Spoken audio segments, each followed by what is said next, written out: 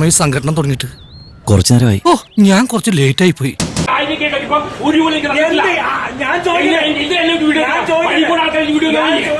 സഹോദര, ആദ്യം ഒരു കാര്യം ശാന്തമായി പറയൂ.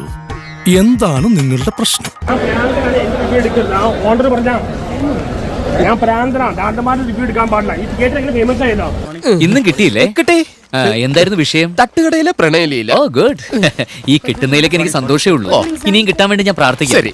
ഇവിടെ തിയേറ്ററിൽ തുടങ്ങിയതാരാണ്? കേരളത്തിലാണ്. ഇന്ന് ആരാട്ടനെ അറിഞ്ഞ വേണ്ട. ആ പ്രാന്തന്റെ റിവ്യൂ എടുക്കണ്ട. ആ ഓണറാ അവന്റെ തിയേറ്റർ ഫേമസ് ആയത് എങ്ങനെയാ? ഇവിടെ തിയേറ്ററിൽ തുടങ്ങിയ ആരാണ്? എന്തൊക്കെ സംഭവം നടന്നിട്ടുണ്ടാ?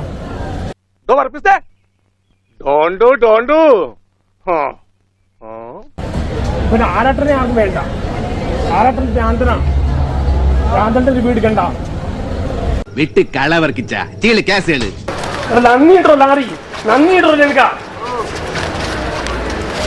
പാവം, അയാൾ കരഞ്ഞുകൊണ്ടാ പോകുന്നത്. അവൻ കരയണം, എന്നാലേ അവനൊക്കെ പഠിക്കൂ.